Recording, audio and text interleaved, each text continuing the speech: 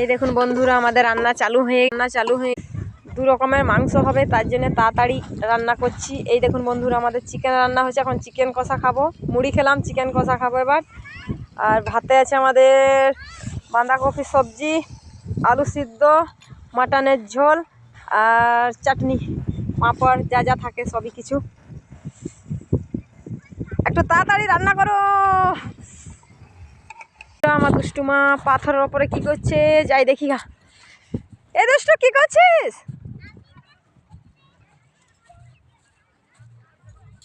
আজ অনেক দিন পর এখানে আমরা পিকনিক করতে এলাম। আজ 10 বছর পর, বিয়ে হওয়ার পর আমি আসিনি, এলাম এতদিন পর। এই দেখুন বন্ধু, চারিদিকে লোকেই লোক।